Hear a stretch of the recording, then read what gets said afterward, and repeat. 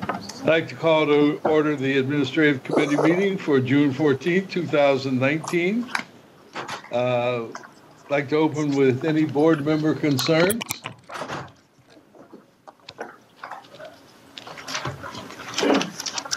Hearing none. Any travel, Mr. Mastry, that needs to be reported? Yes, Dr. Bird. I'm sorry. Yes, Go ahead. we've been invited by the Energy Foundation China to present in Beijing on July, I want to say 8th and 9th. And we also want to take the opportunity, and they've invited and offered to pay for our travel. We also want to take the opportunity to meet in Taiwan. I'm going to look to staff with Evergreen. Evergreen and Yangming. Evergreen and Yangming in furtherance of our primer initiative. So that's what I wanted to report and seek the board's approval. Committee. Okay. Is that for the ad? Do we need a motion on that item? Which one? Is this item 3? No, Mr. Chair. No, sir. No, sir. Okay. Mr. Chairman, I have a question. Two. On Joe Buscaino going to Maui, Hawaii, how do I get that? You take the chairman with you. That's I have a similar question, but a little less tongue-in-cheek, although I'm also going to the SEEP seminar on July 22nd to the 25th. So I don't know if you can add me to that as well. And I am also, so I just thought. Obviously Janice did this correctly, and we're just doing it ad hoc. I just decided. Me too. Do you need a motion on that? Is that the which meeting is that? That's Ben? the one up in Tahoe that I believe your daughter will be speaking at. The Squaw Valley. And my wife. And your wife. So, maybe you're going too? I don't know. Not speaking as me. And that's the usual thing, you know. I never get to talk. That's why I come to AQMD. At least I get to speak here. Okay. We need motion item number 2. Do we have any board member consultants that are up this month? Yes. We have. Yes? Yes, for Senator Delgado. All of them, actually. Oh, Yeah. okay. So, Mr. Chair, before we do the motion on for the board member assistant consultant, are we going to do that now? I spoke with Senator Delgado, and she wants to tweak one of the board member consultants and have them be an assistant, and that would be Christian Riesco. Would be moving from a consultant to an assistant for both the remainder of this year, fiscal year June 2019, and also for July 2019 through June 2020. That's it. Can you repeat that one more time? No, I was just kidding you. It's okay. It's okay. Okay, we need a motion for that. Motion to approve? Yes, sir. I'll second. Okay, we have a motion approval. Would the clerk call the roll, please? Councilmember Benoit? Aye. Mayor Mitchell? Aye. Councilmember Caciotti? Yes. Dr. Burke? Yes. Motion passes 4-0. Okay. Sunjata? Yes, good morning, Dr. Burke, members of the committee, good morning. Sujata Jain, Assistant Dean of Finance. This item is a pre-audit conference with our auditors from the audit firm of BCA Watson Rice for fiscal year 18-19. And we have our assurance partner, Helen Chu, and audit manager, Rusty Kabalan, here to talk about and present the timeline of the audit and what they will be covering. And so I'll turn it over to Helen. Good morning, everyone. My name is Helen Chu. I'm the engagement partner. I'm actually the assurance partner with BCA Watson Rice, but I'm the engagement partner. And to my right is Dr. Shevlin, who's the audit manager. And I'd like to just briefly kind of go over our responsibilities and the timeline. And our responsibility is to conduct a financial and a single audit for the year ended June 30, 2019. And at the end of our audit, based on our audit, we will issue an opinion on the financial statements of the South Coast Air Quality Management District, and then also a separate opinion on compliance on the major federal programs of the South Coast Air Quality Management District. In addition to that, we will also issue a separate report in accordance with, well, basically it's a communication in accordance with SAS 114 is to those that are charged with governance, and that is basically initial communication, which is today, and then a final communication at the end of our audit to go over the draft report. In the course of our audit, we find or identify any material weaknesses or significant deficiencies, we will issue a separate report in accordance with SAS 112 and 115. The audit timing, we are planning to start field work with our planning, interim audit, and also the assessment of internal control starting August 6, 2019. And then on August 12th, we'll start the single audit. And then a week after that, we will start the substantive testing on the financial audit and plan to complete audit field work approximately September 30th, 2019. And then we'll meet again here November 8th and have an exit conference with the committee. Okay. At the end of the audit, at the exit, we will communicate to you any audit adjustments, any uncorrected misstatements, any disagreements we have with management, difficulties encountered during the audit, and any new GASBs. So any questions? Sure. Will you be communicating with any board members with respect to the audit? Yes, as part of our auditing committee, we are required to communicate, and most likely we will be contacting Dr. Burke with a list of questions. Yes, we will. Thank you.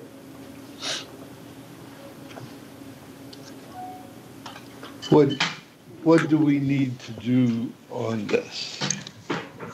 Do we need a motion on this? No, sir. No motions required, it says. Okay. Okay. Do we have any questions by my colleagues as it relates to this? Yes, Ben? I think Mayor Benoit had a question about whether or not we were, or when we were going back to item number 4. The government board agenda review, I think we might have skipped over that. And that does need a motion. Oh, yeah. You're absolutely right, Ben. You're absolutely right. Okay, but on this item, does anyone have any questions? No questions, Mr. Chair. Okay, hearing none. Back to item. Did I hear a question on this item? Yeah, I guess we do not need a motion. It's just an update to the governing board agenda. Right. Wayne's telling me we don't need an update or a motion. Then item number 4. Does anyone have any questions on the board agenda? Nope, we're good. No, seeing none here. No. Okay. We'll go to 7. Ron. Ron? Good morning, Dr. Burke, members of the committee. Ron Moskowitz, Chief Information Officer. Things continue to go very well in IT. As you know, we successfully launched the Android version of our app, and users have rated us 5 out of 5 stars so far. How many? Well,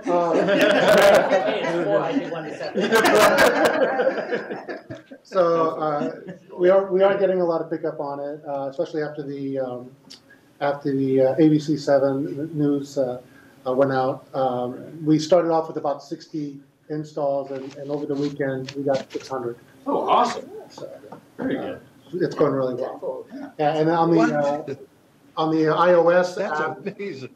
yeah, and on the iOS app, we were at about 4,200, and now we're at, or 4,100. Now we're at 5,200. So we got about 1,100 installs over the weekend. And we're already working on our next major enhancements, which will launch at the end of the summer. Last week, we also went live with a website for Rule 1415, the reduction of refrigerant emissions for stationary air conditioning systems, where applicants can now file, pay for, and submit the registration online. Everything else is going very well, and I'm happy to answer any questions. I have something to say about Ron. You know, no, no. I'm not, and I have some pictures too.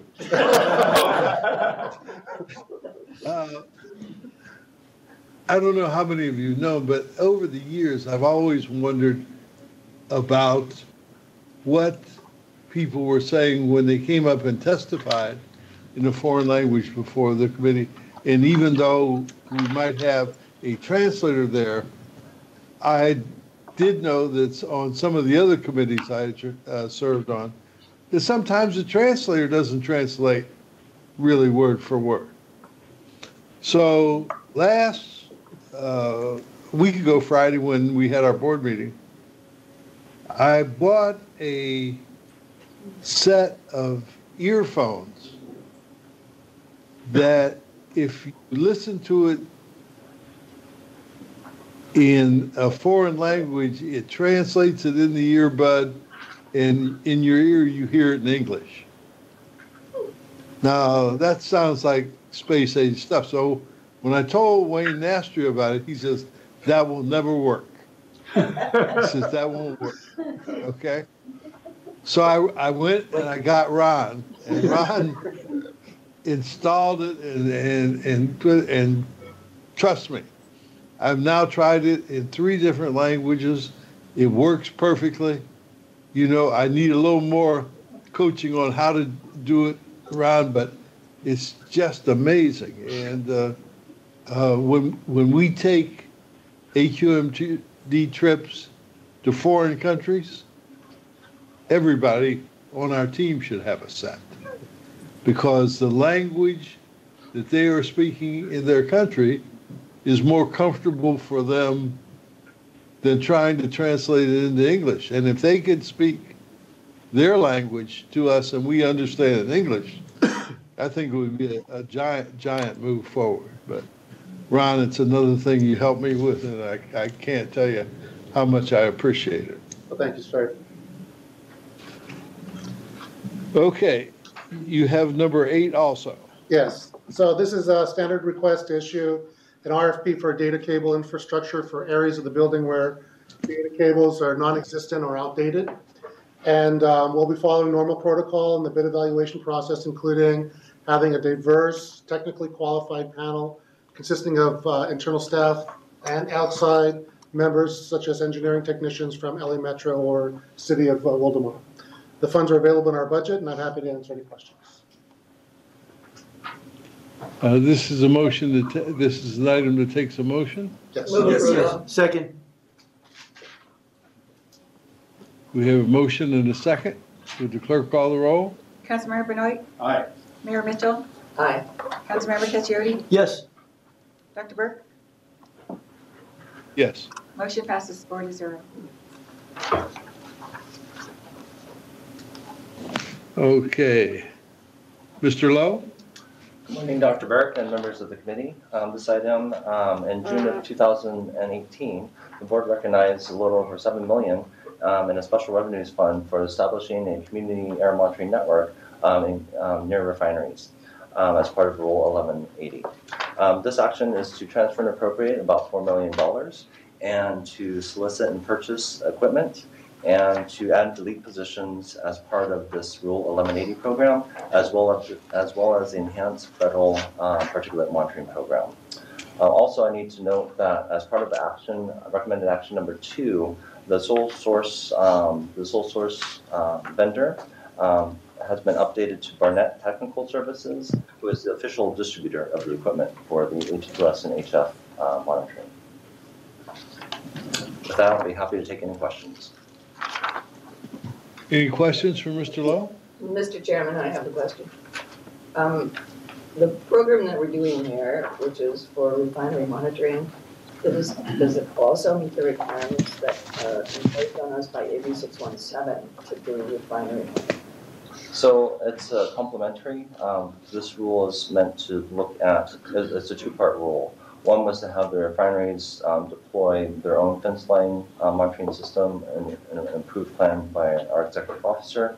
And then the second part was to establish the fee structure to have this community monitoring system. So it is a separate program from AB 617, although there's overlap because as part of AB 617, there are 5 refineries in the Carson, Wilmington, Long Beach area. So this will be part of that and provide supplementary information as part of the AB 617 program.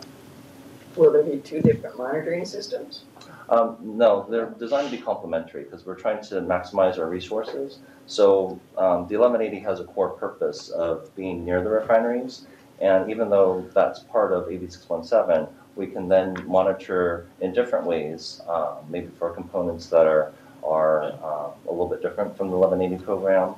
And also to mention too that AB 617 doesn't cover 2 of the refineries that 1180 does. I see. Okay, thank you. Mr. Chairman, if I could add a comment. There's a perception within the community that if something is within the community emissions reduction plan, that somehow that it imposes a separate requirement upon the district.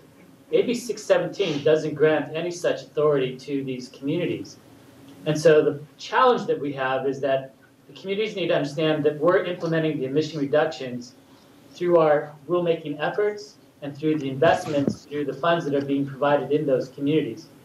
So the communities often say, we're in 617, we want whatever you're doing on top of your rulemaking effort. That's not the way it works. We're going to accommodate the community's desires through our existing authorities. And so for some of the members to make these claims that you have to give us that and be as bold and strident, we haven't wanted to stand up and say, yeah, you're wrong. That's not how it works. And instead we say, thank you, we're accommodating this, we're doing it through these efforts, and we try to explain it.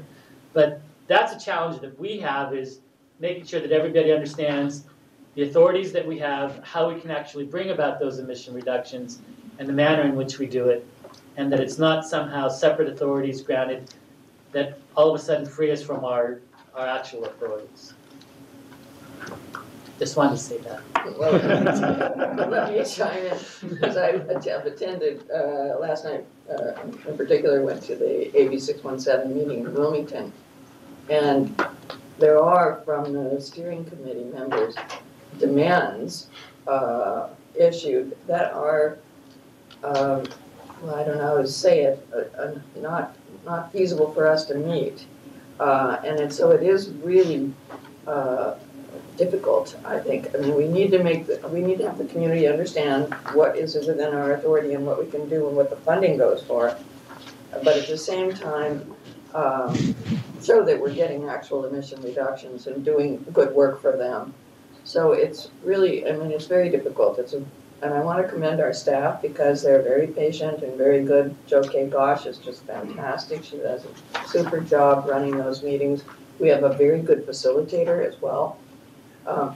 But there are some misunderstandings already going on and some expectations that probably won't be met. And I think that's our job to clarify that, to work on that so that the community's expectations are what we can actually do, that was within our authority and within our power and our funding ability. Thank you.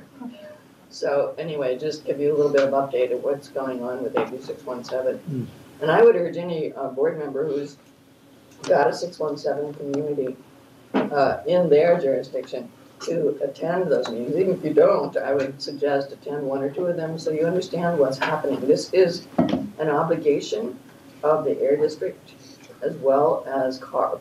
And so it's useful to go to those to understand what the community expects and what's happening there, because ultimately we're running that program and we will have to approve what is happening there. So just want to mention that because it's an important, very important piece of legislation and very important programs, but it's taking up a lot of our time now, staff time, and both here at the district and at CARB. So just want to mention. Thank you, Chair. Thank you. So we need a motion on Mr. Lowe's. I'll move approval. Second. We have a motion and a second. Would the clerk call the roll? Councilmember Benoit? Aye. Mayor Mitchell? Aye. Councilmember Caccioli? Yes. Dr. Burke? Yes. Motion passes 4-0.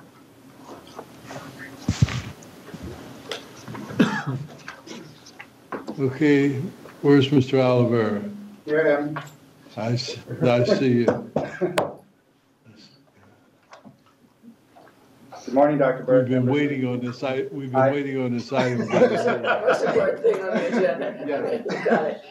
I am pleased to present this morning the action item to execute a contract with Kone Incorporated for an amount not to exceed just over $1.5 million for the upgrade and renovation of South Coast AQMD elevators. This will include a 5-year maintenance and service contract. Through the RFP process, Kone received the highest technical score and proposed the lowest cost. The elevator modernization project will install advanced technology equipment in order to provide lower energy costs, shorter waiting times, and improved ride quality. Funding for the contract will come in the undesignated fund balance, and I'm happy to answer any questions. I'll move approval. Second. No, with those. How many elevators is it? It's 5 total. It's 4 passenger elevators, Dr. Burke, and 1 freight elevator. Okay. So, explain to me why it took me jumping up and down to get this done. Did you jump up and down in the elevator and break it? Man, hey, man, I was on that bad boy and it went like. Right then, I knew repair was on the way. So anyway, I think we all understand that the building has suffered some deferred maintenance, and we're going to have to catch up bit by bit as fast as we can. And John, I think you're going to have to lead us in doing it in a way which doesn't break the bank, but gets us doesn't let us put any of our staff at risk in the interim. Okay. Absolutely. I'll accept a motion on this item. I moved it. I seconded it. Would the clerk call the roll? Councilmember Benoit? Aye. Mayor Mitchell? Yes. Councilmember Caccioli? Yes. Dr. Burke? Yes. Motion passes 4-0. Okay, number 11. Don't you have a conflict on this one, John? I don't, actually. I was part of the process through all of these reclassification studies, but part of it is I get to bring all of this to you. Okay. So the action seeks board approval for the reclassification of several positions in the Legislative Public Affairs Office. It's their radio telephone operators, the supervising radio telephone operator, and 2 air quality inspectors. In finance, it's a supervising payroll technician, and in my shop, the Administrative and Human Resources Office, it's the risk manager. There were classification studies that were done, and they found that the job responsibilities and duties of these positions, as determined by the job functions of the unit, were better classified in new or existing class specs that are being proposed. As part of this process, staff is also recommending the adoption of a new payroll supervisor class specification and amending the salary resolution to add and delete classifications. The reclassification of 12 positions in these classifications will result in an annual cost increase of approximately $118,000, and sufficient funding exists in the 1920 budget. And I'm happy to answer any questions. Before we get to this, I'd like to ask the executive director a question, because this is obviously very important. But our newest board member the other day, and I know she was teed up by Mr. Alatorre, was asking me about, I forget which bill it was that mandates our involvement in the environmental justice outreach. Which bill was that? Alatorre, tell me, Don't sit back there like a little, like I don't know what's going on. I don't know anything about this. I don't know anything about this. But I'm not sure. Right, let me get out the blindfold so when we shoot you. I'm not sure what bill it is that requires us to have an environmental justice, but I know that I believe in the health and safety code when we created, or the public advisor was created. It was something along those lines in that one, if I recall correctly, a long time ago. Oh, okay, let me just then go charge forward. We only have one environmental justice person for 4 counties, for 49% of the population of the state of California. That's insane. Okay, so I'm not, this is, the question is, yeah, what he's going to tell you, Judy, is they're negotiating the number, whether it goes up to 3 or 4 or 2. I'm at 4, okay? Wayne's probably at 3, Jill's at 2 and falling. So where in the process, while we're doing all the big guys here, how do we do some of these people for the smaller people? Jill, don't give me that smile, that Mona Lisa smile. Jill's got a Mona Lisa smile. Whenever she's going to put the meat to you, she gives you the smile. Like, you know. So, Dr. Berg, we can do this through a mid-year adjustment. And what we can do is we can look at the vacancy rate in terms of trying to stage some of this. We're actually trying to do that right now with regards to the 4 EJ positions that Derek wants. I would say that our concern is that at the budget position, at the budget discussion that we recently had, it takes a lot to get to the budget process, and then to change it and for us to go back to the board and the committee. We didn't want to appear to be changing it up to the very end. We wanted to be confident.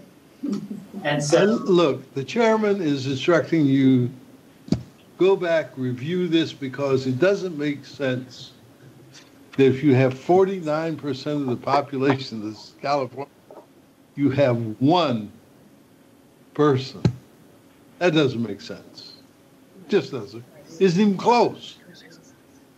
So, Dr. Burke, we can take a look at that. We can also look at some vacant positions that we might be able to move there and use for that purpose. But I would also like to say that I think environmental justice, even though we may have just a few number of people dedicated to that, everybody in the organization is an environmental justice ambassador and works on those programs. But having said that, if that's the direction the board wants to go, we can either look at adding positions in the mid-year adjustment if the budget would warrant it, or possibly reallocating some vacant positions to move there. But we can take care of it. That's why Wayne wanted you so desperately. Because when he gets his back up against the wall, you find a rat hole for him to stick out. Well, I'm not sure it's the full board. I'm just saying that at this moment, I would love to see you look into that and see if we couldn't put together 4 positions. No, an extra 3 to fulfill that need. Okay? And if you do that, I'm prepared to vote on moving these guys up into the clouds. we will do that. Okay, great. Okay, we have a motion. Can I get a motion on this item? Move approval. Second. We have a motion and a second. Would the clerk call the roll? Councilmember Benoit? Aye. Mayor Mitchell? Aye. Councilmember Caccioli? Yes. Dr. Burke? Yes. Motion passes 4-0. Okay, do we have any other business before the committee? Do we have any public comment in ZCA? No, not here. We have, Paul, would you like to say? Paul deferred his public comment to me, and I've already given mine for the day in the last committee. So there's none here, so we'll adjourn the admin committee meeting for June. So you're flying to